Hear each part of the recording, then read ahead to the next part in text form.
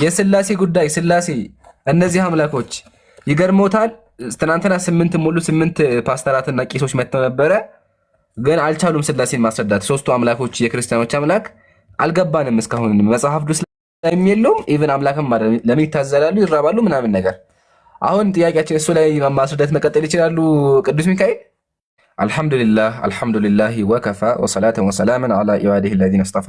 በአላህ ፍቃድ አባቴ ቅዱስ ሚካኤል ጋር ስለ ስላሴ የምንወያይ ይሆናል። ያው እሳቸው መምህር አትበሉኝ ስላሉ አንቆጥራቸውም፣ ሳይቆጠሩ ግን እንወያያለን ማለት ነው። ስለዚህ እስቲ ስላሴን አባቴ ቅዱስ ሚካኤል ማስረዳት ይችላል ወይስ አይችልም የሚለውን እናያለን። ወገኖቻችን አብ ወልድ መንፈስ የሚባሉ ይትዋሃዱ በመለኮት ወይሰለሱ በአካላት በአካል ሶስት በመለኮት አንድ ተብለው የሚታመኑ ሶስት አምላኮች አሏቸው። ስማቸውም ደግሞ አብ ወልድ መንፈስ ቅዱስ ነው። እነዚህን አካል እንደ አምላክ ያመልካሉ። ግን መጽሐፍ ቅዱስ ላይ አምላክ ናቸው የሚል የለም። ኢቭን መጽሐፍ ቅዱስ ላይ ምንድነው ተመልከቱ፣ እኔ እግዚአብሔር ነኝና ሌላ የለምና ነው ያለው። እግዚአብሔር እኔ እግዚአብሔር ነኝ ሌላ የለም ነው ያለው። ወገኖቻችን ሳምናሉ እግዚአብሔር ብቻውን አይደለም ሌላ እግዚአብሔር አለ ብለው ያምናሉ። ስለዚህ የመጀመሪያ ጥያቄ የሚሆነው ወገናችን አባቴ ቅዱስ ሚካኤል እባክዎትን ከመጽሐፉ ላይ ስላሴ የሚለውን ነገር የትኛው ነብይ እንዳመነበት ያምጡልኝ፣ አምጥተው እንዲያሳዩ ይፈልጋለሁ። በመቀጠል እነዚህ እግዚአብሔሮች ምን ያደርጋሉ ወደሚለው ስንመጣ ሲጀመር እነዚህ እግዚአብሔሮች እኮ ጀማ ተቀምጠው የሚሰባሰቡ የሚያወሩ ኢቭን እንስሳ የሚሸከማቸው ናቸው። ማስረጃ ደግሞ ላቅርብ፣ ተመልከቱ። እንደዚህ ለመጽሐፍ ቅዱስ ላይ መዝሙረ ዳዊት ምዕራፍ 123 ላይ በሰማያት የምትኖር አይኖቼ ወደ አንተ አነሳለሁ። የት ነው የሚኖረው? ሰማይ ላይ። ሰማይ ላይ እግዚአብሔር የት ነው ያለው ካለ ደግሞ ተመልከቱ መጽሐፍ ቅዱስ ቀጥሎ ምን እንደሚል እንመልከት። ሚክያስም አለ እንግዲህ የእግዚአብሔርን ቃል ስማ፣ እግዚአብሔር በዙፋኑ ተቀምጦ የሰማይ ሰራዊት ሁሉ በቀኝና በግራ ቆመው አየሁ አለ። ሄዱ ጠይሐዱ ሄዱ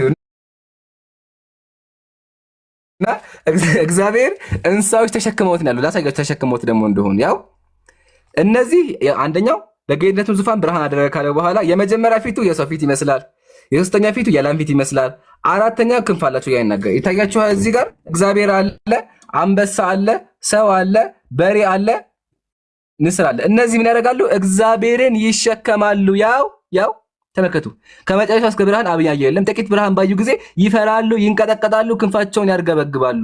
አትፍሩ፣ አትደንግጡ፣ ተሸከሙኝ እንጂ አባቴ ቅዱስ ሚካኤል አላስቻላቸውም፣ እግሬ አውጪኝ ብለው ሂደዋል። እየቆጠራቸው ይሄ እሳቸው ቆጠራ ውስጥ አይገቡም፣ ግን አምልጠዋል። ወገኖቻችን ግን ግራ የሚገባኝ ነገር ክርስቲያኖች፣ ቄሶቻችሁ፣ ዲያቆናቶቻችሁ፣ መጋቢ ብለው ሐዲሶቻችሁ እስከ መቼ ድረስ ከኛ አምልጠው? እስከ መቼ ድረስ? ቆይ አያችሁ አይደለ አምላካቸውን እንደሚፈውት የሚፈሩ ገና ደቂቃዬን ሳልጨርስ ሳያወሩ እግሬ አውጪኛሉ። የባለፈውም እንደዛው መጋቢ ብለው ሐዲስም እንደዛው ሁሉም እንደዚህ ናቸው። ሱብሃንአላህ አያችኋ እምነታቸው ደካማ ስለሆነ ማስረጃ ስለሌለው ሊትራሊ ሶስት አምላክ እንደሚያመልኩ ስለሚያውቁ ይሄኛው አምላክ ደግሞ ሰው እንደሆነ ወልድ እንደሆነ የሉቃስ ወንጌል ምዕራፍ 1 ቁጥር 36 ላይ ኢየሱስ የተባለ ወንድ ልጅ እንደሆነ ያውቃሉ። ይሄን ነገር ላለመቀበል ያላቸው አማራጭ መሮጥ ነው። በእውነቱ በጣም አዝኛለሁ። ክርስቲያኖች ቄሶቻችሁ እንደዚህ እንደሆኑ ወገኖቻችሁ እንደዚህ እንደሆነ ተመልከቱ። ላለው በእኔ በኩል አልቋል፣ ሂደዋል። ከሄዱ ምንም ማድረግ አንችልም። አቡኪ ጨምርበት፣ ማሂሮ የሚጨመር ካለ ጨምሩበትና ኢንሻአላህ ወደ ቀጣዩ ወገን እናልፋለን። ቆይ ሚኪ ማራኪ ታወራለህ።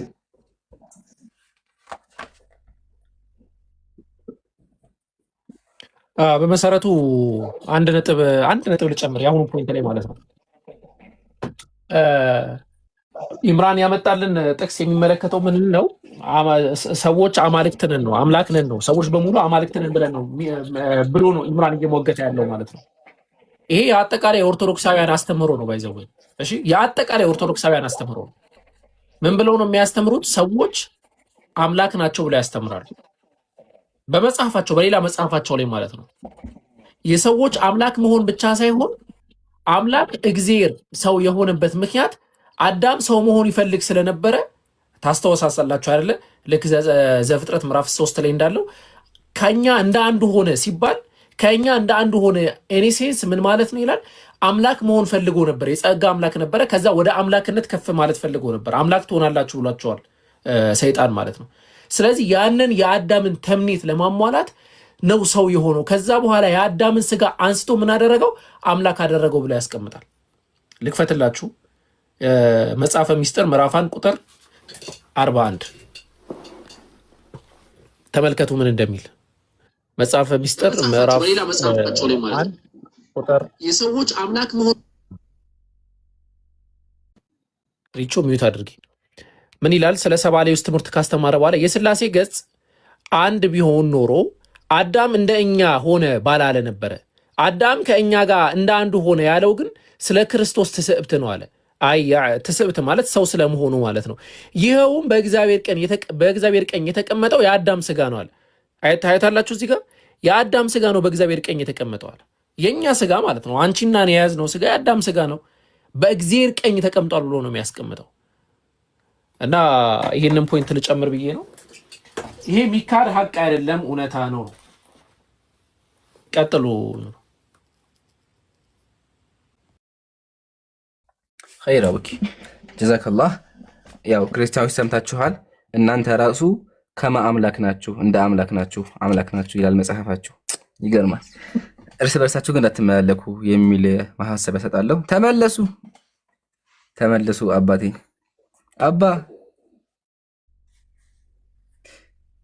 አባቴ ቅዱስ ሚካኤል ምን ነው? ቆይ ምን ነው? ምን ተፈጠረ? አባ ወጥቼ ነው። እስኪ አውሩኝ። ችግር የለም። ለምን ወጡ? እንደወጡማ እኮ አይተናል። አባ ቀጥል። አሁን እየሰማሁ ነው። መጀመሪያ ለምን ወጡ ይነገረና።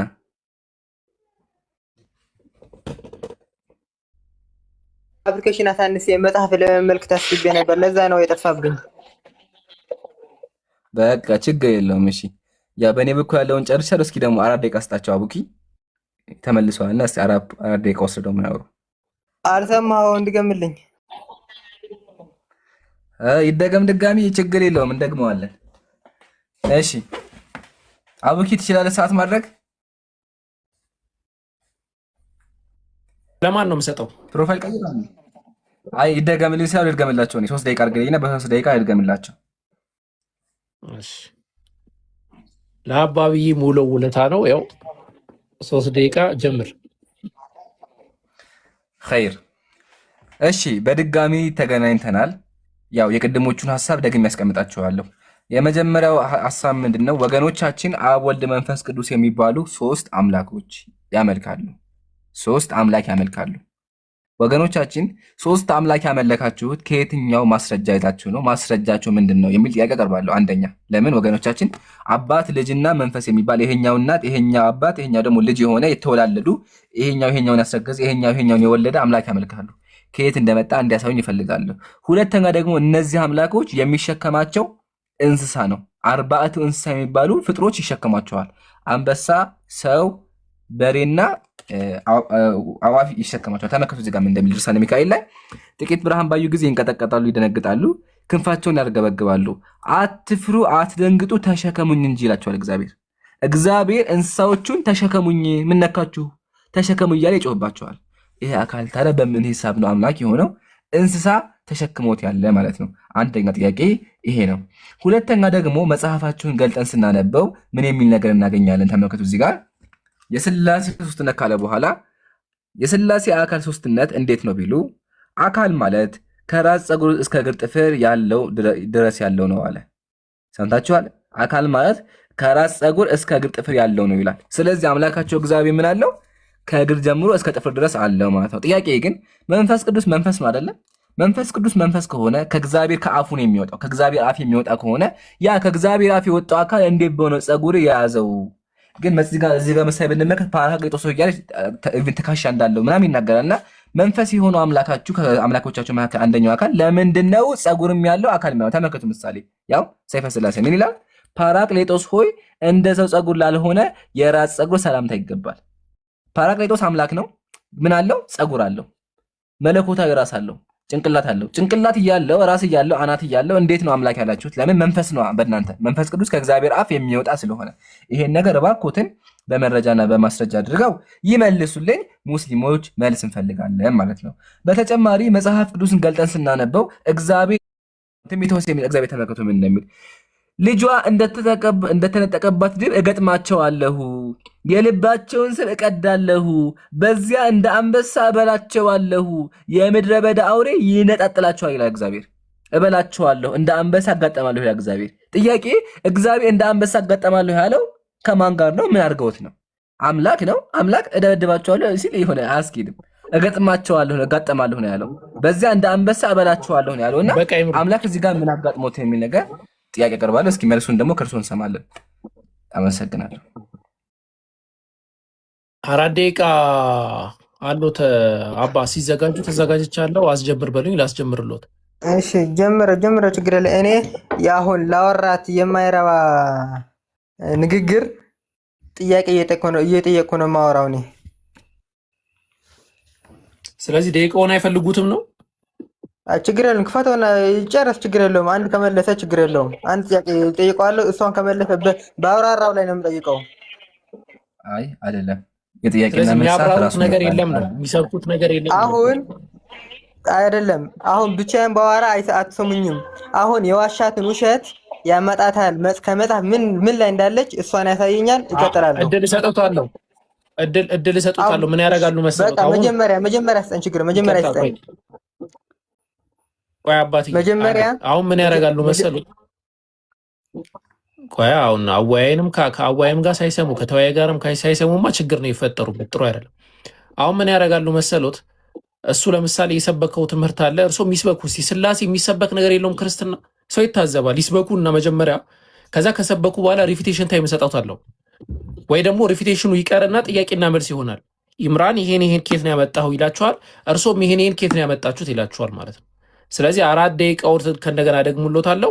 እርሶ ስላሴን ይስበኩ። አይ ስላሴ ማለት እንዲህ ነው፣ እንዴት አንድም ሶስትም አምላክ እንዴት እንደምትቀበሉ፣ እንዴት ለሶስት አምላክ ነው ለአንድ አምላክ ነው የምትሰግዱት ምናምን የሚለውን ነገር አጠቃላይ ስላሴን ስብክ አድርገው ህዝቡን 4.6 ሰው አለ ያስተምሩ። ስለዚህ ደቂቆትን 4 ደቂቃ ጀምሬያለሁ። ይቀጥሉ። እኔ መጀመሪያ አንድ ጥያቄ ጠይቀዋለሁ። እሷንም 3 አምላኮች ያመልካሉ ያላትን ከየትኛውን መጽሐፍ ያመጣልኛል? ከኦርቶዶክስ መጽሐፍ። የመጀመሪያ ጥያቄ ይሄ ነው። 3 አምላክ የሚል ማለት ነው። እሺ ከዛ ቀጥሎ የተናገረው 4 እንስሳ ይሸከማሉ ምናምን ያለው ማለት ነው። የእግዚአብሔር በመዝሙረ ዳዊት በችርዮን ላይ ተቀምጠ በረረ፣ በነፋስ ክንፍም በረረ ይላል። ትንቢተ ሕዝቅኤልም ከችርዮን ላይ ክንፋቸውን አነሱ፣ ከምድርም ሲወጡ በዓይን ያቸው፣ የእስራኤልም አምላክ ክብር በላያቸው ነበረ። በችርዮን ላይ አንደኛ ሳሙኤል 4:4 በችርዮን ላይ ለሚቀመጠው ለሰራዊት ጌታ ለእግዚአብሔር ይላል። ለዚህ ሁሉ መልስ የሚሆንህ የሚመች ከሆነ አሁን ክፈትልኝ።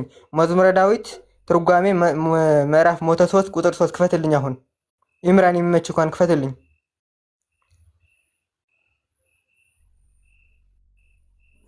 እኔ መክፈት ስለማይቻለኝ ነው። በማስረጃ ላውራ፣ አሳየኝ። ኢምራን ቆይ ደቂቃ ላቁሙለት። ኢምራን ተወያይ ነው። በእርሶ ደቂቃ ሚዩት እንዲያነሳ እኔም አልፈቅድለትም። ስለዚህ እርሶ ምን ያደርጋሉ? መጽሐፍ ነው የሚያሳየኝ። እኔ ምንም ካሜራ እንዳላሳይ ገብቶኛል። ችግር የለውም። ሀሳቡ ላይ ብቻ ማውራት ይችላሉ። እርሶ ጥያቄና መልስ ላይ እያስከፈቱ ማሳየት ይችላሉ። አሁን ሀሳቡን ብቻ ባይከፈት እንኳን እንዲህ ይላል ብለው ቢነግሩን ችግር የለውም። እናምኖታለን፣ እንቀበላለን። 2 ደቂቃ ኦልሞስት 2 ደቂቃ ምናምን ያላችሁ ቀጥሉ።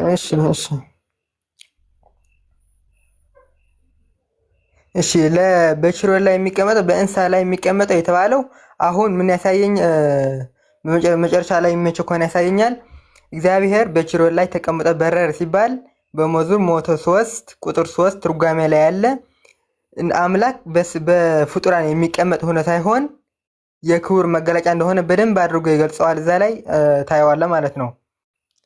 ሌላ ደግሞ ጥያቄዎችን እንኳን ብዙ ሁላ ማለትኩትም። እሺ ለስላሴ እንዴት ፀጉር ነሯር ምናምን እያለ ነበር። እሺ እሱ ደግሞ እግዚአብሔር እጅ እግር እንደኛ በሰውኛ አገላለጽ መነገሩ ለምሳሌ መዝሙረ ዳዊት 118 7 አካባቢ እጅ ፈጠሩኝ አበጃጁኝም ይላል። ይህም እግዚአብሔር እጅ ኖሮት ሰራኝ ማለት ሳይሆን በኃይሉ በጥበቡ ፈጠረኝ ማለት ነው። አንድ ፀጉር ምናምን ስትል ደግሞ ነቢይ ዳንኤል በራእዩ እግዚአብሔር ሲያየው የራሱን ፀጉር እንደ ንጹህ ጥጥ ነበር ይላል። ነጭ ፀጉር በሰው ዘንድ የዕድሜ ባለጸግነትና የጥበብ ምልክት እንደሆነ ሁሉ እግዚአብሔርም መጀመሪያና መጨረሻ የሌለው ቀዳማዊ መሆንን ለማሳየት የተነገረ ምስጢር ነው። አይን ምናምን ከተነገረ ደግሞ እግዚአብሔር አይኖች ወደ ጻድቃን ናቸው ይላል አንደኛ ጴጥሮስ 3:12 ላይ ሁሉን አዋቂ መሆኑ ለመናገር ነው። እሺ የእግዚአብሔር የአምላካችን እግዚአብሔር አሁን እየተናገርኩ ያለሁት እሱ ባረሳው ርዕስ ነው እንጂ ስለ ሥላሴ በደንብ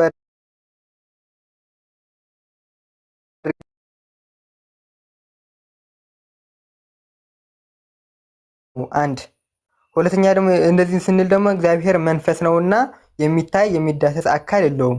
የእናንተ አምላክ ግን መንፈስ የሚል አለ አይመስለኝም፣ የለምም። አካሉ ሲነገርለት አለው፣ እጅ አለው፣ እግር አለው፣ ጭንቅላት አለው የለውም፣ እንደዚህ የሚለውን አለው ወይም የለውም የሚለውን ሁሉን አንተ ታሳየኛለህ ማለት ነው። እሺ እንደ ሰው ነው እግር ያለው ወይ እንደምን ያለው አንተ ታሳየኛለህ ማለት ነው። እሺ ፍጹም እግዚአብሔር ዮሐንስ 4:24 እግዚአብሔር መንፈስ ነው፣ የሚሰግዱለትም በመንፈስና በእውነት ሊሰግዱለት ያስፈልጋቸዋል ይላል።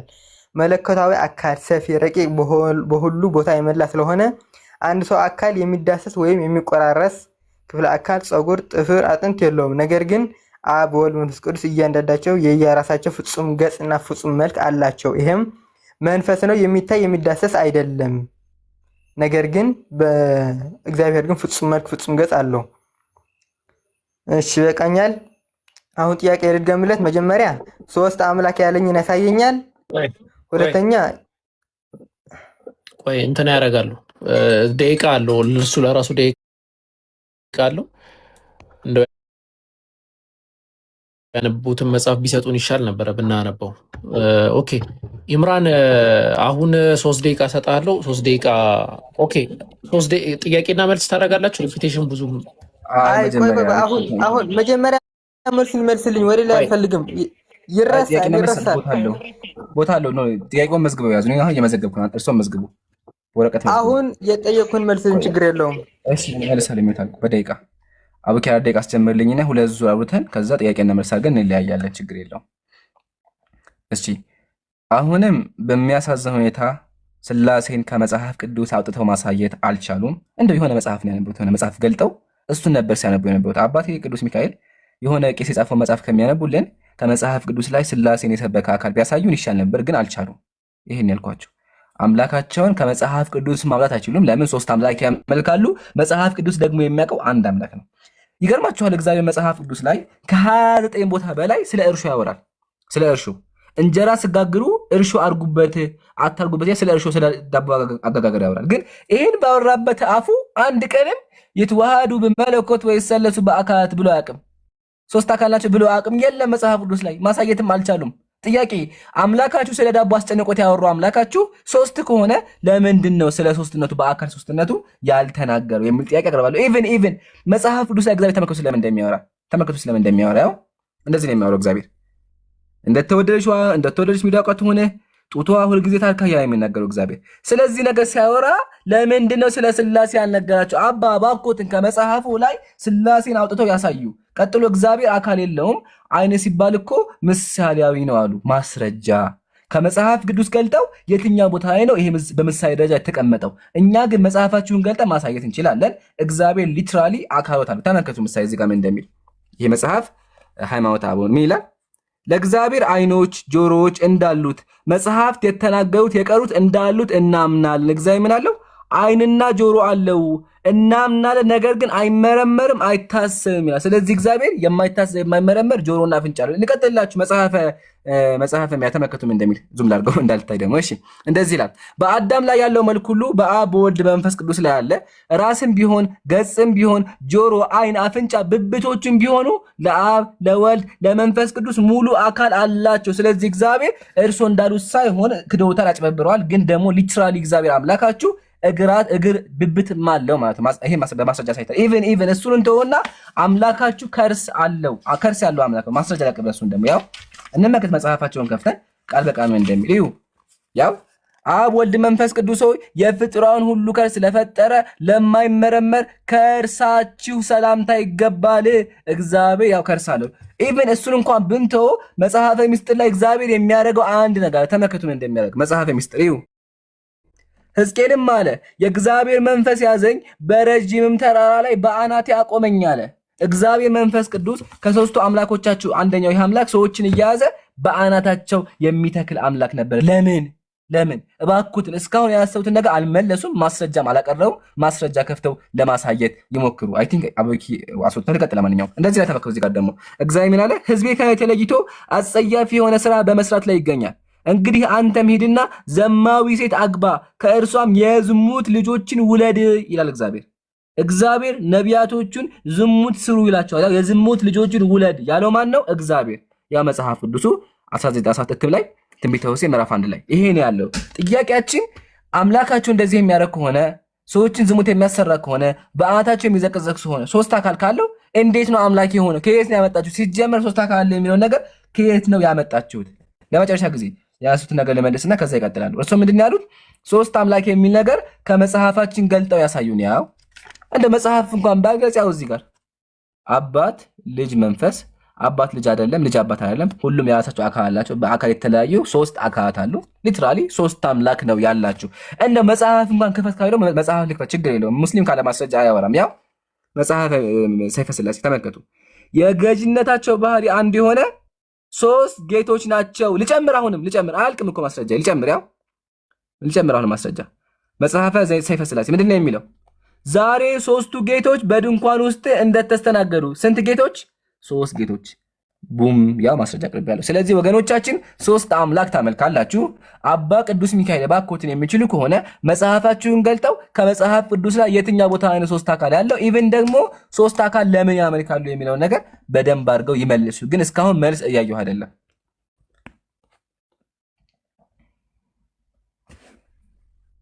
መቀጠል ይችላሉ።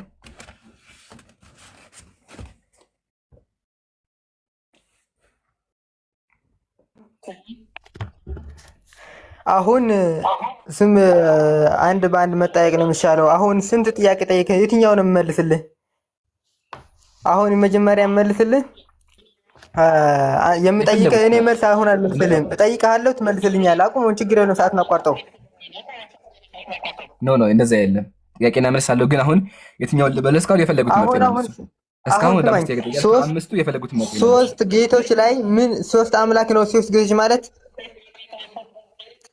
አዎ ጌታ ማለት አምላክ ማለት አይደለም እንዴ? እሺ ጌታ ማለት አምላክ ነው አይደለ? ታዲያ ጌታ የሚለው በአምላክ ይመጣል። ችግር የለውም። ጌታ ማለት አምላክ ነው ወይ? አምላክ ነው በሚል ይውላል። አዎ ለአምላክ ይውላል። በቃ ጥሩ። ስለዚህ ጌታችን አምላካችን ኢየሱስ ክርስቶስን አምላክ መሆኑን አጸደቅልኝ ማለት ነው አይደለ? የሐዋርያት ሥራ ምዕራፍ 2 ላይ ጌታ ያደረገው እግዚአብሔር ነው። ዮሴፍም ጌታ ነው። ጌታ የሚለው ለፍጡራን የሚለው ለአምላክ የሚውላል። አምላክ ለአምላክ እንደሚሆን ለሰው እንደሚሆን ጌታችን አምላካችን ኢየሱስ ክርስቶስ አምላክ መሆኑን አምነሃል? አመሰግናለሁ። አላመንኩም። ይቀጥሉ። በቃ መልሼዎታለሁ። አላመንኩም። ላረማቸው ነው። ይቀጥላሉ። ያው ልትገምሎት የሐዋርያት ሥራ ላይ እግዚአብሔር ኢየሱስን ጌታ አደረገው ይላል። አምላክ ደግሞ አምላክ አይደረግም። ዘጋን። ሁለተኛ ጌታ የሚለው ለሰዎች ለምሳሌ ዮሴፍ ጌታ ተብሏል። እንዲሁም አብርሃም ጌታ ተብሏል። ጌታ የሚለው ለአምላክ የሚለው ለሰውም ይውላል። የተለየ ነገር አይደለም። ለሰው የሚለው ለአምላክ የሚለው ኢቭን ደግሞ አምላክ የሚለው ራሱ ቅድም እንዳመኑት አምላክ የሚለው ቃል ለሰዎች በምድር ላይ አምላኮች አሉ። ቅድም ብለውታል። ዘጸአት ምዕራፍ 7 ቁጥር 1 ላይ ሙሴ አምላክ ተብሏል። ስለዚህ አምላክ የሚለው ለሰውም ለአምላክ ይውላል። ቡም! ጨርሻለሁ። ይቀጥሉ። እሺ አሁን ትንቢተ ሆሴዕ ላይ ያሳየኸው አንተ አሁን እኔ ስለማይመቸኝ የሚመች ከሆነ ትርጓሜን አውጣልኝ ብዬህ ነበር ቅድም፣ አልሰማኸኝም። አሁንም አውጣልኝ። የለኝም ትርጓሜ። ማስረጃው ራሱ ይክፈቱ። የለህም? አዎ የለኝም። መወያየት አትፈልግም ማለት ነው እንደዛ ከሆነማ። ኧረ ወላሂ የለኝም። ያው እኔ ያለኝ እንትና ነው። ይሄ ትርጓሜ ነው ያለኝ። ኧረ ዝም በል እባክህ። ወላሂ የለኝም። ለምን ዋሻው? ያው የዲያ መጽሐፍ ብላሽ ብቻ ነው ያለኝ። አባ አትሰደቡ እንጂ እንዴ! ወደ ስድብ ምን አስገባሁት እንዴ? ረጋ በሉ። መጽሐፍ ከሌለኝ ይሰድቡኛል። ምን ላድርጎት? ማስረጃው ራሱ ይዘው ይምጡ እንጂ እየዋሸህ ነው። ወላሂ የለኝም እንዴ! ወላሂ ብዬ እንዴ ምን ነካው? ተጀመረ ያሱን ማስረጃ ራሱ ማቅረብ አለበት። ይሄ ማለት እኮ አባቴ ቁርአን ክፍል ስለማይመቸኝ ነው አልኩህ እኮ። ስለዚህ አንብቡታ በቃ ችግር የለም። ያንብቡት እና ምንታለን። አሁን ላይ ትንቢት ያነሳኸው እግዚአብሔር ወደ ዝሙት ላካቸው ያልከው ዝሙት የተባለው በመጽሐፍ ቅዱስ እግዚአብሔር ነብዩን ያዘዘው እስራኤል ጣዖት በማምለክ በእግዚአብሔር ላይ የፈጸመውን ክህደት ወይም መንፈሳዊ ዝሙት ነው። እግዚአብሔርን ትቶ ጣዖትን ማምለክ መጽሐፍ ቅዱስ ዝሙት ይለዋል።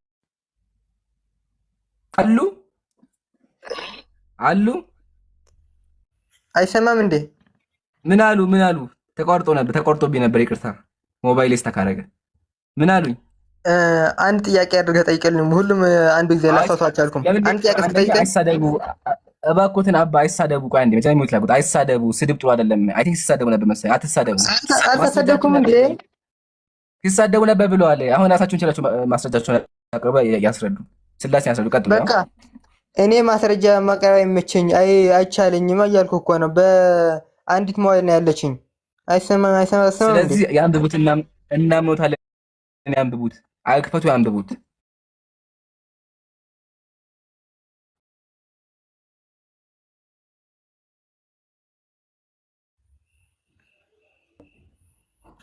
ቆይ ስለዚህ ምን ላድርጋችሁ? እሺ ምን ላድርጋችሁ ንገሩኝ። እኔ ምን መጽሐፉ በመዋዕል በምንም እንዳለ ስለማውቅ ክፈተው እያልኩ ነው። ካለ እኔ ያለ መጽሐፈ ብሉያት ነው አሉ። ትንቢተ ሆሴዕ የለኝም። አይሰማሁትም። ትንቢተ ሆሴዕ አንድምታ የለኝም። የመሰለ ነገር እኮ ጀማ ቢላህ አለይኩም። አሁን ምሳሌ እኔ ማስረጃ ክፈቱልኝ ብዬ ሳይከፍቱ ብሰድባቸው ውሸታም ብዬ ብሰድባቸው የራሳችሁን ማስረጃ ክፈታችሁ እንጂ በሁሉ ጊዜ በሙስሊም ተረድተው አይሆንም። እንደዛ ደቂቃው እየሄደ ነው። ሳራ ስለ የትኛው ጥያቄ ልመስልሽ? አንድ ጥያቄ እንኳን ልመልስልሽ እስኪ ንገረኝ። እስካሁን ያወራሁትን አልሰሙም። በቃ እየሰማሁት ነው። ቤት ልጀምርልህ። የፈለጉትን መርጠው ይመልሱ። የፈለጉትን ሁሉም ይመቸኛል። ጀግና ከሆኑ ከሁሉም አንድ ይመልሱ። ችግር የለውም። ነገርኩ። በቃ ለእግዚአብሔር በችርወል ተቀመጠ ሲባል በምንም ነገር ተቀመጠ እንደ ለምሳሌ በችርወል ላይ ተቀምጠ በረረ፣ በደመና ተቀምጠ በረረ ሲባል ለአምላክ ክብሩ መገለጫው ሜታፎሪክ መሆንን በመዝሙረ ዳዊት 103 ምዕራፍ 3 ትርጓሜ ላይ በደንብ አለልህ። እውነት ከፈለክ እዛ ላይ አንብብ። እቺን ነው የምመልስልህ ለዚህ ማለት ነው። ሁለተኛ ደግሞ ትንቢተ ሆሴዕ ላይ ያነሳኸው ዝሙት ያለው እግዚአብሔርን ትቶ ጣዖትን ማምለክ ነው። ሶስተኛ በመጽሐፍ ቅዱስ ሥላሴን አሳየኝ ያልከኝ እሺ የጌታ ጥምቀት ላይ ኢየሱስ ክርስቶስ በወንድ በዮርዳኖስ ወንዝ ሲጠመቅ መንፈስ ቅዱስ በርግብ አምሳል ሲወርድ፣ በርግብ አምሳል ሲባል ርግብ አካል እንደ ርግብ ሆኖ ርግብ ሆኖ ሳይሆን ርግብ የሰላም ነውና የሰላም አምላክ መሆኑን ለመግለጽ በርግብ አምሳል፣ አብ ደግሞ ከሰማይ ሆኖ በሱ ደስ የሚለኝ ልጄ የምወደው ልጄ ይህ ነው ብሎ መስክሮለታል። አብ ወልድ መንፈስ ቅዱስ ተነግሯል። በትንቢተ ኢሳይያስ 6:3 ደግሞ መላእክት እግዚአብሔርን ሲያመሰግኑ ቅዱስ ቅዱስ ቅዱስ ይላሉ። 3 ጊዜ የተነገረው መጨረሻ ላይ ደግሞ የሰራዊት ጌታ እግዚአብሔር አሉ። ለዚህ ደግሞ ቅዱስ ቅዱስ ብለው ያሉ 3 ጊዜ ቀጥል አሉ። ያዳምጡ። ዝም ብሎ ጥቅማት እኮ አይደለም። ቀጥል። እሺ ሚውት አድርጉ እንዴ። እሺ አመሰግናለሁ። አንደኛ ከመጀመሪያው ስነሳ እግዚአብሔር ይቀመጣል ሲባል ትርጉሙ ሂደህ አንብበዋል። ሚውት አድርጉ። እሺ ሚውት አድርጉ። በኋላ ያወራሉ፣ ያርሙኛል። በኋላ ዝም ብሎ ያቋርጡኝ። ማስረጃቸው ምንድነው? ሂደህ አንብብ ነው። ሰምታችኋል? ምንድነው ማስረጃቸው? ሂደህ አንብብ ነው። ሱብሃንአላህ። ውይይት መሀል ገብተው ለህዝቡ እያስተማሩ ምን ይላሉ? ሂደህ አንብብ ይላሉ። ስለዚህ እግዚአብሔር ይቀመጣል። የሚሸከሙትም ደግሞ ምንድናቸው? ያው በሬ፣ አንበሳ፣ ሰውና በሬ ናቸው የሚሸከሙት። ይሄ ነው አምላካችሁ። በእንስሳ የሚሸከም ማስረጃ አቅርቦ ሊያስረዱን አልቻሉም። ዘጋን። ሁለተኛ ደግሞ ነገር ማውራት አትችልም። ሚውት አድርጎ ያቋርጡ፣ አይቆጡ፣ አይሳደቡ። ሚውት አድርጎ ትንቢተ ሆሴዕ ደግሞ ምን ይላል? እግዚአብሔር ምን አለ? አንተም ሄድና ዘማዊት አግባ የዝሙት ልጆችን ውለድ ይላል። እና ትርጉሙ ጣዖት አምልኮ ነው አሉት። የት ነው ማስረጃ? እዚህ ጋር እግዚአብሔር ሊትራሊ ሆሴዕን ሂደህ የዝሙት ልጆች ውለድ፣ ዝሙተኛ ሴት አግባ ነው ያለው። ማን? እግዚአብሔር አምላካችሁ። አልመለሱም። ሶስተኛ ደግሞ እግዚአብሔር እዚህ ጋር ተመልክቶ ያደረገውን ሕዝቅኤልም አለ የእግዚአብሔር መንፈስ ያዘኝ በረጅም ተራራ በአናቴ አቆመኝ። አልመለሱም። እግዚአብሔር ሰዎችን በአናታቸው ያቆማቸዋል። አልመለሱም። ሶስተኛ ደግሞ ስላሴን ከመጽሐፍ ቅዱስ አላመጡም። የዮርዳኖስ ጥምቀትን ጠቀሱ። እሱም ስላሴን ያስረዳል። ስላሴ ማለት እግዚአብሔር በአካል ሶስት ሲሆን በመለኮት አንድ የሚል ትርጓሜ ነው ያለው። አያስረዳም ሳይሆን እኔ ያልገባኝ ነው የሚባለው። አቋርጡ እባክዎ። አለመኖር ነው ስድብ ነው። ወደ ቤት ታጓቸውና አንዴ ሳይወዱ እንትን ልስጣቸው፣ አንድ መርፌ ልስጣቸው። ሳይወዱ አንድ መርፌ ልስጣቸው። እንደሱ ያጋቸው ረብሻቸው። አንዴ ቆይ ሄዱ፣ ያው ራሳቸው ሄዱ። እዚህ ጋር ተመልከቱም እንደሚል ፓራቅሌጦስ ሆይ እንደ ሰው ጸጉር ላልሆነ የራስ ጸጉር ሰላምታ ይገባል። ፓራቅሌጦስ ሆይ ራስህ ለመለኮታዊ ራስ ሰላምታ ይገባል። አምላካችሁ አናት አለው። ያው ማስረጃ አቅርቤያለሁ። ይሄን ይዘው እኛ ላይ መጥተው ለመሳደብ አይሞክሩ። ሱብሃንአላህ ውይይት መሀል ገብተው እየተወያዩ ሲከብዳቸው እኔ አልቻልኩም በቃ አልቻልኩም ብለው ይሳደባሉ። በቃ ይሄን አልኳችሁ። ስላሴን ሊያስረዳ የሚችል አካል የለም። ጨርሰናል። እሺ መጋቢ ብሎ ሐዲስ ሰላም ብያለሁ። እና ይስጥልኝ። እንዴት ነው? ሰላም ነው? እግዚአብሔር ይመስገን። መጋቢ ብሎ ዘመርካቱ ነኝ። ዘመርካቱ አጭበርባሪ ነው እንዴ? አዎ። ባጭበርባሪ ሞክር እንዴ? እስቲ አንተ ካስረዳህ። ኦሪጂናሎቹ አልቻሉም እና እስኪ አንተ ደግሞ አጭበርባሪ ነኝ ብለሃልና እስቲ ትሞክራለህ አንተ። አንዴ ሐሳብ ልስጥ እንዴ? ነኝ ቆይ እግዚአብሔር ይመስገን። መጀመሪያ መጋቢ አቡነ ዘመርካቱ ጨርሱ። አቡነ ዘመርካቱ እንዴት ነው? ፈጣሪ ይመስገን። ፈጣሪ ይመስገን። አየኝ። አቡነ ዘመርካቱ የተባለበት ምክንያት ምንድን ነው? አጭበርባሪ ስለሆንኩ ነው። ማሻአላህ አጭበርባሪ ነው። ይገርምሃል። እውነተኛው ቆይ አንዴ የሚታርቅ አጭበርባሪ ጋር ጨርሳ እንዴ እባክህ የሚታርቅ ይገርምሃል። አጭበርባሪ አቡነ ዘመርካቱ ቄሱ መጣ። ቄሱ አልቻለም። እስኪ አንተ ጋር ልሞክር እንዴ? አጭበርባሪ ነህ ግን አንተ ትሞክራለህ ያለው ልሞክር። እስኪ ምንድነው ጥያቄ? አጠር አድርገህ ታዲያ እንዳታዝረምዝብኝ። አጭበርባሪ አንችልም። ማሻአላህ አታስቡኛ። ለአጭበርባሪ ለሁሉም መርፈልና። እሺ አጭበርባሪ ሲመጣ እናጭበረብረን፣ ልክ ሰተን ልከዋለን። ትክክለኛ ሲመጣ ደግሞ አስተምረን ልከዋለን። እሺ አያስቡ አጭበርባሪ። እሺ አጭበርባሪ ስሙኝማ፣ ይሄ መጽሐፍ ያዩታል።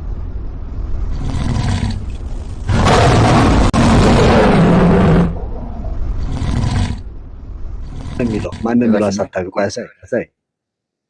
እዚህ ጋር ያው እስኪ ገልብጠውና ማህተቡን አሳይ። ማህተም የለውም ይሄኛው። አይቶ እሱ አጭበርባሪዎች ናቸው፣ እንደኔ አይነቱ አጭበርባሪዎች ናቸው። እሱ እንትን ያሉት እሱ ጎይዳ አድርገው እሱ አስፈላጊ አይደለም። እሱ ለውይይት አይሆንም። ቡም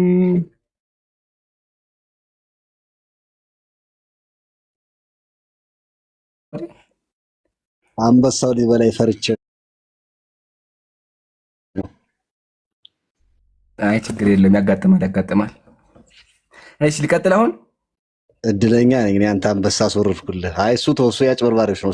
እሱ ውጭ የተቀረጸ ማለት ሌላ እድለኛ ይልክ እንደ ባላስማ ተዛኪላ ቆይ ማህተም እኮ ቀረበ። ምን ነካ? እሱ የኛ የዘመርካቱ ነው። እሱ የዘመርካቱ አጭበርባሪዎች ነው። ወላሂ ማህተም ሊክደው ነው። ሌላ መጽሐፍ ቅዱስ ላይ መጽሐፍ ማህተሙ ምንድን ነው? ማህተሙ የሚደረገው በድንች ቀርጸው ነው። እሱ ቀርጸው ነው። በድንች ቀርጸው ነው። አዎ እሺ ግን እዚህ ጋር ደግሞ ማለት ነው ይሄ ምንድን ነው? እስኪ ዝም ብለህ ገምት እስኪ። ምንድን ነው እዚህ ጋር የሚታየኝ? ይሄ ምንድን ነው? እሱ ጋር የሚታየኝ ሳሌ የሳለው ስዕል ነው። ስዕሉ ላይ ማን ነው ያለው? ስዕሉ ላይ ያለው አይ በደንብ አይታየኝም። መነጽር ያላጠለኩ። ኧረ መነጽርህን ግዛሃል። ላቀብልህ እንዴ መነጽር? እኔ መጥቼ ጆሮህን ላስነግርህ። አዋጡና ችግር የለውም። እዚህ ጋር አንድ ሽማግሌ ነው ያስተብራለች ማለት ነው። በቃ ችግር የለውም። አቡነ ቆይ አንዴ በቃ ችግር ላግዝህ። እዚህ ጋር አንድ ነጭ ሽማግሌ ሰው አለ ታዝሏል። እዚህ ጋር ደግሞ ሁለት ሽማግሌዎች አሉ። ዝም ያስታሰው ምን ይመስላል? እዚህ ጋር እሱ ማስረጃ አይሆንም። ቆይ እሱ የሳሊ ነው። አሁን መጽሐፍ እነማን ናቸው? ቅድም እኮ አጭበርባሪ ረሳሁ እንዴ? ቅድም እኮ አይነ ሀያይም ነበረ። እንደ ሜቢ ልንገርህ ብዬ ነው። እሺ እዚህ ጋር አንድ ሽማግሌ አለ፣ እዚህ ጋር ሽማግሌ አለ። ምንድን ናቸው? ልንገሩኝ እስኪ፣ ግራ ገባኝ። አልሰማኝም። ይምራንዬ መጽሐፍ ቅዱስ ግለጥ። እሱን አይደለም እሱ ይሄ ማስረጃ የምናደርገው ሽንገውኛ። ይሄ መጀመሪያ ምንድን ነው? እሱን ምን ለምን መጽሐፍ ቅዱስ ግለጥ።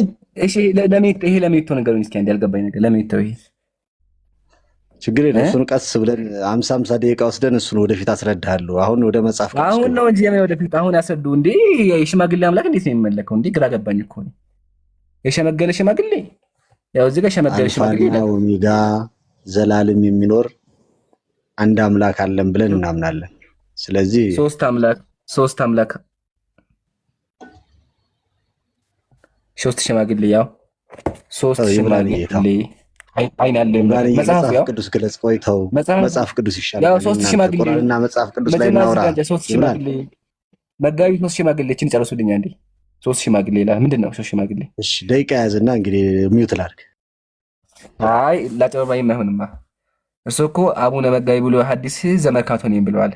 ለዘመርካቶዎቹ አያስፈልግም። ቅዱስ መግለጥ አችልም። በቃ እንተውሽ ችግር የለውም እንተውና ወደ መጽሐፍ ቅዱስ እንሂድ። አያችሁ አይደለ አምላካችሁ እንደዚህ ነው ሽማግሌ ሆኖ የሚታዘን። ይሄ ደግሞ ከይቅርታ ጋር ማለት ነው አምላክ አይባልም። እስቲ ላችን ደግሞ መልኛል ግራ ገባችን ጥቅስ እስካንብባት ምን እንደምትል አረንጓዴ እንትን ያለባትን ነው። ብልቶቻቸው እንደ አህያ ወጡ ስብሐት ቶቶ አንተ ልታስቀስፈኝ አጨበሪ የምነካተው እንጂ አንብበው ጨርሰህ አንብበው። ታርግ ተብዬ ነው። ኧረ ችግር የለውም አንብቡት። ምንድን ነው የሚለው?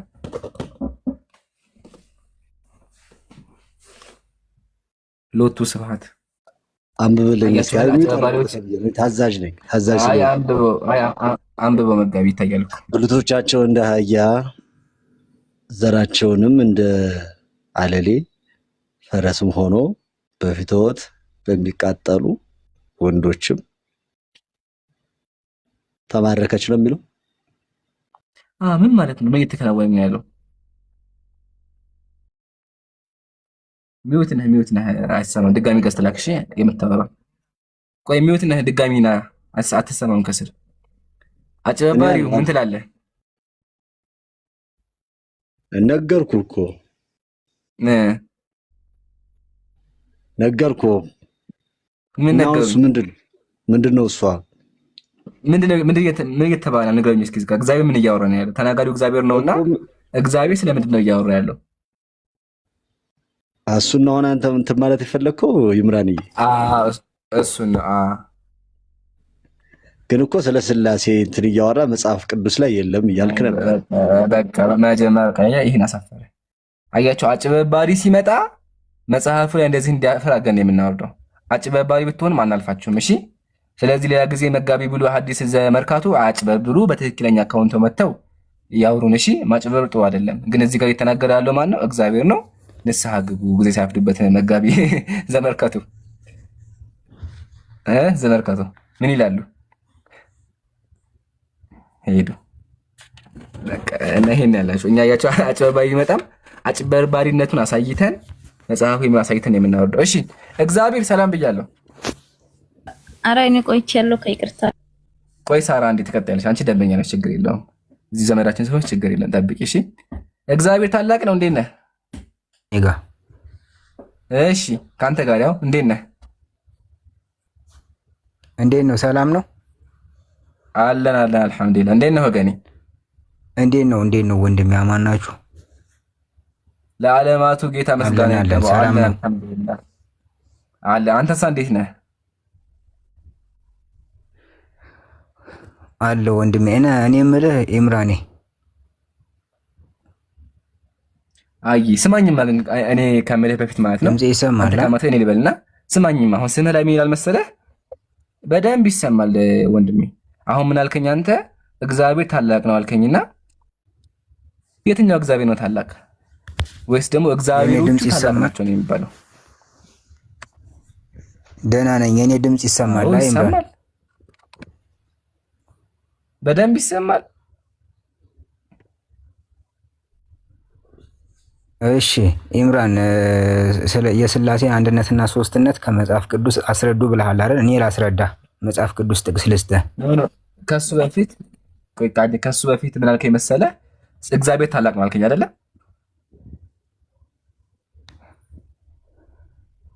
ታላቅ ነው፣ እውነት ነው፣ ታላቅ ነው። ከመጽሐፍ ቅዱስ የሥላሴን አንድነትና ሶስትነት በመጽሐፍ ቅዱስ ብዙ ቦታ ላይ ጥቅስ ልስጥህና ላስረዳህ፣ ላስተምርህ። በክርስትና አብ ወልድ መንፈስ ቅዱስ የሚባሉ እግዚአብሔሮች አሉና የትኛው እግዚአብሔር ነው ታላቅ? እሱን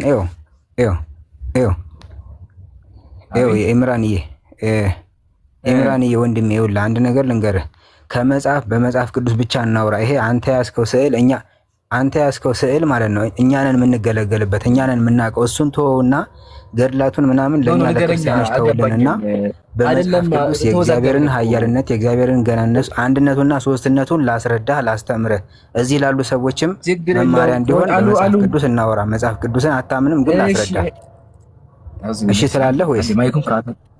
አንዴ ማይኩን ከአፍህ አድርገው። አንደኛ፣ ሁለተኛ ደግሞ እንዲገባን እየገባ እንድንመጣ ከዚህ ጀምርልና። ለምን ስምህ እግዚአብሔር ታላቅ ነው ይላል፣ ግን ደግሞ በክርስትና እግዚአብሔሮች ነው ያሉት። አጋዕዝተ ዓለም የዓለም ገዢዎች ሥላሴ በሶስትነት የተሳለው ስዕል ራሱ አንዴ አልጨረስኩም እኮ አውርቼ ጨርስ። አንዴ አውርቼ ጨርስ። ፈቀድልኝ ልቀጥል? እሺ አመሰግናለሁ። ስምህ እግዚአብሔር ታላቅ ነው። ጥያቄ የትኛው እግዚአብሔር ነው ታላቅ? በአካል 3 እግዚአብሔሮች አሉና የትኛው እግዚአብሔር ታላቅ እንደሆነ እባክህ አስረዳኝ መጀመሪያ። ይሰማኛል። አዎ ይሰማኛል እኮ ነው።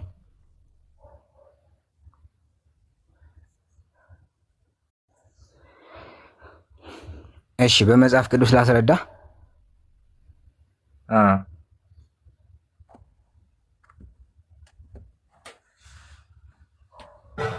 በመጽሐፍ ቅዱስ ላስረዳ ወይስ? አይ በቃ ወገኔ ኔትወርክ ይዟል። ኔትወርክ አስተቆይቶ እኮ የሚደርስ እንዴ? ምን ነካ? ኔትወርክን አስተካክል ወይም በኋላ አውራ እንዴ። ኔትወርክን አስተካክል እኮ ይሰማል። እኔ ይሰማኛል እኮ ኢምራን። አስተካክል ተመለስ። ይሰማኛል።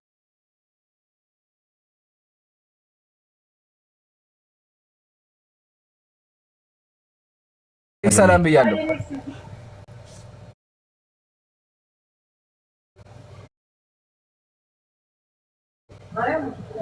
እንዴት ነህ? ሁሉ ሰላም አለን አልሐምዱሊላህ። እንዴት ነህ ወገናችን? ዴቭ አለሁልህ። ያው ጥያቄ ካለ ጠይቀኝ፣ እኔም ጠይቃለሁ። ትፈቅዳለህ? ችግር የለውም። ከየት ቤተ እምነት ነህ? ክርስቲያን ነኝ። በአብ ወወልድ ወመንፈስ ቅዱስ አንድ አምላክ የማምን። የትኛው ክርስቲያን? ከ45 ሺዎቹ ክርስቲያን የትኛው ክርስቲያን ነህ አንተ? ክርስቲያን ነኝ ብያለሁኝ። የትኛው ክርስቲያን? ስለዚህ ጥያቄ ካለ ኖ የለም። ሸፋፍኖ ማለፍ የለም። የትኛው ክርስቲያን ነህ? ከ45 ሺዎቹ ክርስቲያን የትኛው? ጴንጤ፣ ኦርቶዶክስ፣ ካቶሊክ ምናምን የትኛው ነህ አንተ? እኔ እንደዛ የሚባል ነገር አላውቅም። መጽሐፍ ቅዱስ ውስጥ አውጥተህ ታሳየኛለህ? ከየትኛው መጽሐፍ ቅዱስ ታውቃለህ? ከአምስቱ መጽሐፍ ክርስቲያን ነኝ ብያለሁ። ስለዚህ ኖ ብዙ ክርስትና ነው ያለው። አንድ አይደላችሁ። መጽሐፋችሁ የተለያየ መጽሐፋችሁ የተለያየ አስተምሯችሁ የተለያየ ከ45 ላይ ክርስቲያኖች አላችሁ እና አንተ የትኛው ነህ? ለምን መጽሐፋችሁ ይለያያል፣ አስተምሯችሁ ይለያያል? እሱ እኮ ይምራን፣ እሱ እኮ በእስልምናም አለ እኮ ሀብያ ባሽያ እንደዛ ነው። መጀመሪያ የራስን ጨርሳ መጀመሪያ ነው አይደለም። አሁን ይሄ ምን ይባል መሰለህ? የራሴን ትቼ በሰው ልደበቅ፣ የራሱ አሮባት የሰው ታማሳለች ማለት ነው። እናንተ መጽሐፋችሁም የተለያየ ሌላ ትመስላችሁ። እኛ ሙስሊሞች መጀመሪያ እምነትህን ላይ በእምነት አትፈራ ዴቫ፣ በእምነት ማፈር የለ። አዳምጠኛ በእምነት አትፈርና እምነትህን ንገረኝ መጀመሪያ። እኔ ክርስቲያን ነኝ፣ በአብ ወልድ መንፈስ ቅዱስ አንድ አምላክ አማኝ ነኝ። ጠይቀኝ። በአብ ወልድ መንፈስ ቅዱስ። ቆይ አንዴ፣ መንፈስ ቅዱስ ከማን ነው የሚሰርጸው? ጠይቀኝ። ከማን ነው የሚሰርጸው? መልስልኝ። ምን አልከኝ? መንፈስ ቅዱስ ከማን ነው የሚሰርጸው? ከአብ የሚወጣ ይላል መጽሐፍ። በቃ ስለዚህ አንተ የኦርቶዶክስ በዚህ ዙሪያ የኦርቶዶክስ አስተምሮ ነው ያለ። ለምን ጴንጤዎች ከአብም ከወልድ ነው የሚሉት? እሺ ችግር የለም። በቃ አይ በቃ ተገልጣል። በቃ አፍሮበት ቢሆንም የኦርቶዶክስ አስተምሮ ነው ያለው። አሁን መቀጠል እንችላለን። እሺ በስላሴ ታምናለህ? መጽሐፍ ቅዱስ በደንብ ነው የማምነው። በስላሴ ታምናለህ? እሺ ስላሴ ማለት ነው? በደንብ ነው የማምነው። ቃሉ የግዕዝ ቃል ሲሆን ሶስትነት ማለት ነው። አስተምሮቱ ምንድን ነው? አስተምሮቱ የአምላክ አንድነትና ሶስትነት፣ በአካል ሶስት ስንል በኤሴንስ ደግሞ አንድ ማለት ነው። ይህም ማለት ደግሞ መጽሐፍ ቅዱሳዊ ማስረጃ ከፈለግ እያንዳንዱን ነገር ከፍቼ ላሳይ እችላለሁ። በቃ ጀምርልና። ያው አሁን ሰምተናል። ጀማ እግዚአብሔር በአካል ሶስት ነው ብሏል። እስኪ ማስረጃውን ከፍታ አሁን ያልካትን አስተምሮ ከመጽሐፍ ቅዱስ አውጣልን እስኪ እናያት። እሺ ኦኬ ጥሩ። አካል ስንል እኔ ማለት የሚችል ማለት ነው። እሱም አብ እኔ ይላል፣ ወልድ እንደዚህ፣ መንፈስ ቅዱስ እንደዚህ ማለት ነው። ስለዚህ አካል ስንል ሊትራሊ የሰው አካል ወይም ደግሞ ቦዲ ምናምን ኤክስፔክት ማድረግ የለብንም። አንዱ ይሄ ነው። አይ ቦዲን ኤክስፔክት የምናደርገው እሱን ማስረዳት ካለው እግዚአብሔር ከእግር ጀምሮ እስከ ጥፍር ድረስ አለ። ያ ቦዲ ነው። እንደዚህ አይነት ነገር የለም። እኔ ሊትራሊ አንተ አጸድቀው አላጸድቅም ክርስቲያን ነኝ አይደለም። እኔ ልክሎች ያለ እንጂ አለ ማን አለ እነሱ አንተ ልክ ትችላለህ እንደነሱ፣ ግን መጽሐፋችሁ ላይ አለ። አላሳይክ በከፈለክ መጽሐፍ ላይ አላሳይክ። መጽሐፋችን ውስጥ ታሳየኝም አንትሮፖሞርፊካሊ የተገለጠ ነው። ይሄንን ይጠፋሃል ይብራን አስተማሪ ሳይሆን አይ ሊትራሊ እግዚአብሔር ከርሳለሁ አካል አለው። ያው አካል ማለት ከራስ ፀጉር ጀምሮ እስከ እግር ጥፍር ያለው ነው ይላል መጽሐፍ ቅዱስ ላይም አለ። እግዚአብሔር ከእግር ጀምሮ እስከ ጥፍር ድረስ አለው። ማስረጃ አቅርቤያለሁ። አሁን ፖይንታችን እሱ አይደለም። ፖይንታችን እግዚአብሔር አምላኬ በአካል ሶስት ሲሆን በመለኮት አንድ ነው። አሁን ያልካትን አስተምሮ ታይፖሎጂ ከረሰተ ማን ቆይ አንዴ ሰው ሲያወራ አታቋርጥ። አንደኛ፣ ሁለተኛ ደግሞ ጥያቄውን አዳምጥ፣ ሚውት አጋዳም። እሺ ያ እግዚአብሔር አካል ጥፍር እንዳለው አምላክ ጥፍር እንዳለው አሳይተናል። አሁን ደግሞ ምን ታደርግልናለህ? እግዚአብሔር በአካል ሶስት ሲሆን በመለኮት ደግሞ አንድ ነው ብለሃል። ይሄን አስተምሮ ከመጽሐፍ ቅዱስ ገልጠህ አሳየን። አንድ ጥቅስ ነው ያልኩህ። መዝለናን አይፈቀድም። ሀሳቡን አስተምሩትን አሳይካን። ቆይ ያ ጠየከኝ አይደል? እንዲህ እያንዳንዱን ልመልስልና ከዛ እንሄዳለን። ምን ብለሃል? እግዚአብሔር ከርስ ምናምን ጥፍር ምናምን ብለሃል። እሱ አንተ ከፈለክ ለራስ አምላክ ማጽደቅ ትችላለህ። እኛ እንደዛ ስንል አንዱ ታይፖሎጂም ነው። ሁለተኛው ደግሞ ትልቁ ነገር ምንድን ነው? እዚች ጋር እሱ ሊገልጥ የፈለገው ታይፖሎጂ ማለት ክርስቶስ ኢየሱስ ሊመጣ ያለው ነገር ከመቤታችን ከብጽዕት ቅድስት ድንግል ማርያም ከስጋዋ ስጋ ከነፍሷ ነፍስ ደግሞ መጥቶ የሚነሳበትን እያንዳንዱን ነገር የገለጠበትን መንገድ አዎ እንቀበላለን። ምክንያቱም ሊትራሊ ፍጹም ሰው ሆኖ ስለሚመጣ ማለት ነው። ይሄ ደግሞ ኖስቶሳውያንን ስለማንቀበለውም ለዚህ ነው። ኖስቶሳውያን ክርስቶስ አምላክ ነው ብለው ያምናሉ። የነሳው ስጋ ደግሞ ምድራዊ ስጋ አይደለም። ምክንያቱም ማቴሪያል ወርልድ ኮራፕትድ ነው ብለው ስለሚያምኑ ስለነበር ማለት ነው። እኛ ደግሞ አንክድም። ስለዚህ ያልከው ነገር እንዳለ ለክርስቶስ ታይፖሎጂ እናደርገዋለን ወይ? በደንብ ታይፖሎጂ እናደርገዋለን ማለት ነው። ከዛ ባለፈ ደግሞ እግዚአብሔር አምላክ ለኛ የገለጠው አንትሮፖሞርፊካል ወይስ ወይም ደግሞ ሰዋዊ አገላለጥ ወይም በዘይዋዊ ንግግር ማለት ነው የገለጠበትን እያንዳንዱን መንገድ ያንንም እንቀበላለን። ይህ ማለት ግን ሊትራሊ የሰው ያልሆነ የፍጡር ያልሆነ የራሱ የሆነ ምናምን እንደዚህ እናጸድቃለን ማለት አይደለም። ምክንያቱም አምላካችን እግዚአብሔር መንፈስ ነው ተብሎ በዮሐንስ ወንጌል ምዕራፍ 4 ቁጥር 24 ላይ እግዚአብሔር ወልድ ክርስቶስ ተገልጦ አስተምሮናልና። እውነታው ይሄ ነው። አይ አይደለም የምትል ከሆነ ኢብራኒ ማጽደቅ ትችላለህ። እኛ እንዳንተ አናጸድቅም ማለት ነው። ጎሄድ። እሺ አመሰግናለሁ። እኔን ደግሞ አዳምጠኝ። አንደኛ እስካሁን ያወራሃትን በሙሉ ወደ ኪስህ መልሰህ ያዘው። ለምን ያወራኸው ከኪስህ ነው እንጂ መጽሐፍ ገልጠህ ልታሳየን አልቻልክም። አንደኛ። ሁለተኛ ኢየሱስን የሚገልጸው ብለሃል። ኢየሱስማ አንተ እኮ ነህ። ኢየሱስ እንዳንተ እኮ ነው። በምንም አይለይም ከአንተ። ከፀጉር ጀምሮ እስከ ጥፍርህ እኮ አንድ አይነት ነው። ኢቨን ብልትም አለው። በቃ ሁሉም ነገር አለው ኢየሱስ። የሉቃስ ወንጌል ምዕራፍ 1 ላይ መልአኩ መጥቶ ምናምን ቁጥር 35 ላይ እነሆ ትጸንሻለች፣ ወንድ ልጅም ትወልጃለች፣ ስሙንም ኢየሱስ ትይዋለች። ወንድ ልጅ ነው። እያመለክ ያለው ደግሞ ያንን አካል ነው። ሲጀመር ይህን ማንም አይክድም። ቀጥሎ ስላሴዎች ናቸው። ይገርምሃል፣ ስላሴዎችም አካል አላቸው። አንተ አካል የላቸውም ሜታፎሪካል ኤክስፕሬሽን ነው ብለህ አስቀምጠሃል። ግን ይሄ ምንድን ነው? ከኪስ የመጣ ፈጠራ ነው እንጂ አባቶችም አላስተማሩትም። አባቶች ያስተማሩት እግዚአብሔር ቃል በቃል ብብት እንዳለው ከርስ እንዳለውን ያስተማሩት። ያው እዚህ ጋር በአዳም ላይ ያለው መልክ ሁሉ በአብ በወልድ በመንፈስ ቅዱስ ያለው ቀጥታ ተመከቱ። ያ ሃይማኖታቸው የቀና 318 ሊቃውንት አባቶቻችን እንደተናገሩት ለእግዚአብሔር ዓይኖችና ጆሮዎች እግሮችም የቀሩት አካላት ያው አካላት እንዳሉት እናምናለን። አምላክ ምድራዊ ይሆናል። በቃ ወይ ከውን አምላክ ምድራዊ በግዕዙ በሩታ ወይ ከውን አምላክ ምድራዊ። ጥያቄያችን አንድ ሰው የጸጋ አምላክ መሆን ይችላል? እንደ ፈጣሪው እንደ እግዚአብሔር ማለት ነው። እንደ ፈጣሪው እንደ እግዚአብሔር መሆን ይችላል? ፈጣሪ የምድር አምላክ ነው መጽሐፉን ያለው። እንግዲህ አሁን ጥያቄ ምንድን ነው? እዚህ ጋር ወይ ከውን ምድራዊ አምላክ የምድር አምላክ ይሆናል ይላልና ጥያቄያችን አንድ ሰው ጻድቅ ከሆነ ምድራዊ አምላክ ይሆናል እንዴ? አምላክ ምን ማለት ነው? እስኪ ንገረኝ ትርጉም መጀመሪያ። እሱ ላይ እመጣለሁ። መጀመሪያ ይሄ ጥያቄ መልሱልኛ። አምላክ ምድር የሚለውን ትርጉም ከማየታችን ንገረኝ። በፊት አንድ ሰው አምላክ ይሆናል ወሰነ። የአምላክን ትርጉም ሳታውቅ ነው እንዴ ስለ አምላክ የምታወራው? እሱም በኋላ ይነግሩናል፣ ያስተምሩናል። ችግር የለውም አባ። ግን የመጀመሪያ ጥያቄ መልሱልኛ። እዚህ መጽሐፍ ለምን ይላል? ወይ ከውን አምላከ ምድር ይላል። አምላከ ምድር ይላል። ይሄ መጀመሪያ እመኑልኛ። ይሄን ሳታምን ወዴት መሄድ አይቻልም። አምላክ ምን ማለት ነው? መጀመሪያ ከዛ አምላክ ምድር የሚሆን ከፍተና ነበር። አምላክ ምድር እሱ ላይ እንመጣለን። መጀመሪያ ይሄ ጨርሱልኝ። ቀድሜ እኮ የጠየኩት እኔ ነኝ አባ። ቀድሜ የጠየኩት እኔ ስለሆንኩኝ መልሱልኝና ከዛ አምላክ ምንድን ነው እንመጣለን። መጽሐፉ ወይ ከውን አምላከው ምድራዊ ይላል። ይቀበሉታል? ይሆናል አንድ ሰው አምላክ ይቀበሉታል ትለኛለህ? መጽሐፌ እኮ ነው። ለምን አልቀበለው? ስለዚህ መልሱልኝ። አንድ ሰው አምላከ ምድራዊ መሆን ይችላል? አዎ ይችላል። በቃ አመሰግናለሁ። ተስማምተናል። ስለዚህ ያጀማ ሰምታችኋል። ለዛ ነው የባለፈውም ቄስ ራሱ ታናናሽ እግዚአብሔሮች እንሆናለን ብለው የሚያምኑት። ሰምታችሁኝ አይደለ? ሰዎች እግዚአብሔር መሆን ይችላሉ። ታናናሽ እግዚአብሔሮች ማለት ነው። አሁን አምላክ ይምራል ወይ ወጣለህ ወይ ስነ ስርዓት አድርገህ አውራ። ምን አደረኩኝ አባ? መጽሐፉ የሚለው እኮ ያመኑትን ነገር እኮ ያልኩት አምላክ ናችሁ እኮ ክርስቲያኖች። መጽሐፋችሁ ነው ያለው። ስማኝ፣ ሶስት አምላክ ፖለቲካ ልትሰራብኝ ሳይሆን እዚህ የገባሁት እየሰማህ ነው። ፖለቲካ ሳይሆን መጽሐፍ እኮ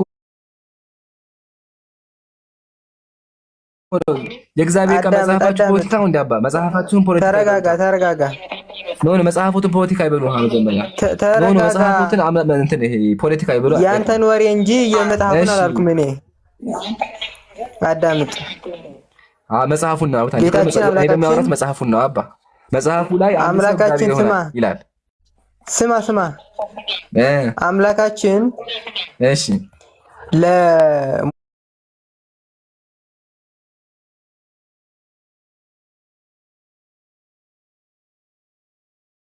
ሙሴ ለቅዱስ ሙሴ አምላኩ ለፈርዖን ብሎታል። እየሰማኝ ነው? አዎ አውቃለሁ። ምን ማለት ነው? እስከ ዘጸአት ምዕራፍ 7 ቁጥር 1 አውቀዋለሁ። ላገዘው ምን ማለት ነው? እሱ ላይ እንመጣለን። ችግር የለውም። ማን አምላክ ያደረገው ምን ማለት ነው? አመጣለሁ። ችግር የለውም። እሺ አሁን ጊዜ አትፈጅም። አሁን አውራ። ምን ማለት ነው? እሺ ላውራ። በቃ እየሰማኝ ነው? እሺ ይፈቅዱልኛል። መጽሐፍ እሺ ላውራ። አይሰማም እንዴ አባ? እያወራሁ ነው። አይሰማም? አሉ ያጀማ አይሰማም እንዴ? የሆነ ችግር አለ ድምጽ ላይ የሚያስተጋባ ነገር አለ። ቆይ አንዴ የሚያስተጋባ ነገር አለ ማለት ኤርፎን ነቅያለሁ። አቡኪ ያስተጋባ እንዴ? እስኪ በሌላ ሞባይል ቼክ አድርጉ። እሳቸው ሚዩት ሲያነሱ ነው ይምሩ። የኔም ያስተጋባ እሳቸው ሚዩት አባ። እሺ አባ ማይኩን እንቀውታ አንዴ እና ደግሞ ኢንሻአላህ አቡኪ ካለ በደቂቃ ታደርግልናለህ። በደቂቃ ብናወራ ደስ ይለኛል። ያው መምህር ስለሆነ ወይም ደግሞ ስለሚያውቁ በደቂቃ እናወራለን። ምን ስማኝ፣ አራት ደቂቃ ታደርግልናለህ። መምህር አትበለኝ። እኔ አንድ ተራ የሰንበት ተማሪ ነኝ። መምህር አትበለኝ። መምህር አሸነፍኩ ልትል ነው አይደለም? መምህር እኔን እንኳን አታሸነፍም። አይ ባለፈው ጨርሰናል አባቴ አሉ እሱ ላይ ባለፈው ተስማምተናል እኮ አባቴ።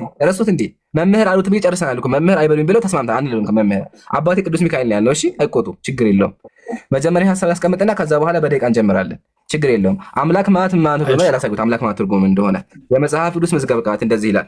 አምላክ ቃሉ ግዕዝ ገዢ፣ ፈጣሪ፣ ክብርና ኃይል፣ ስልጣን ያለው ማለት ነው። ያው ማስረጃ። ስለዚህ አምላክ ትርጉም ምንድነው? ገዢ፣ ፈጣሪ፣ ክብርና ኃይል ያለው ማለት ነው። ጨርሰናል። ሁለተኛ ደግሞ ያነሱት ጥቅስ ዘጸአት ምዕራፍ 7 ላይ ይገኛል። ሙሴ ኤሎሂም ተብሏል። የእግዚአብሔር ቃል ይመጣላቸው ኤሎሂም ተብለው ይጠራሉ። ምድር ላይ ኤሎሂም ቃል ለነሱ ይብላል ነው። ጨርሰናል። አሁን አቡኪ 4 ደቂቃ አድርግልኝና እኔ ልጀምር። ከዛ በኋላ አባቴ ደግሞ ቀጥሎ ያወራሉ። 4 ደቂቃውን ተውና አምላክ ያልካት አሁን እየሰማኝ ነው? በደቂቃ ላስረዳ። የጠየቁህ እኔ ሙሴ የፈርዖን አምላክ የተባለው ለምንድን ነው ንገረኝ። እቺን ንገረኝና ወደ ሌላ ታልፋለህ። አይ እሺ፣ ገዢ ስለሆነ አለቃው ስለሆነ። አሁን ልቀጥል። ምንድን ነው የገረመህ? መጽሐፈ ፊልክስ ምንድን ነው የገረመህ? የገረመኝ ነገር መሰረት አብዛኛው ክርስቲያን ከማምላክ እንደሆነ አያውቅም። ማለትም አምላክ ተብሎ እንደሚጠራ አያውቅም። ይሄን ነገር ደግሞ ተባረኩ እርሱም አምነዋል። በክርስትና አንድ ሰው ጻድቅ ከሆነ አምላክ ተብሎ ይጠራል። እግዚአብሔር ነው የጸጋ አምላክ፣ የጸጋ እግዚአብሔር የዓለም ገዢ ነው፣ የባህሪ ገዢ ነው። ቅዱሳን ደግሞ በጸጋ የምድር ማለትም ገዢ ሆነው እንዲኖሩ ስልጣን ይሰጣቸዋል እንጂ የአምላክነት ባህሪ አይደለም። አቁም። በቃ አመሰግናለሁ፣ ተቀብያለሁኝ። እኔ የሚያልኩት እኮ አምላከ ምድራዊ ነው ያልኩት። እንጂ የሆነ አምላክ ሊተራሊ አምላክ ነው አላልኩም። አምላካዊ ምድራዊ ይሆናል። እሱም ደግሞ የሌላ ነገር ያለ ተመስሏል። አብዛኛው ክርስቲያን አምላክ እንደሆነ አያውቅማ። አብዛኛው ክርስቲያን አምላክ ምድራዊ እንደሆነ አያውቅም። እርስዎ ግን ጀግና ነው ታምነዋል። አሁን ደቂቃ አስጀምርልኝ አቡኪ። ለቅዱሳን ነው የሚሰጠው ደግሞ ያዳምጡ ሻባ። እሺ ችግር የለም።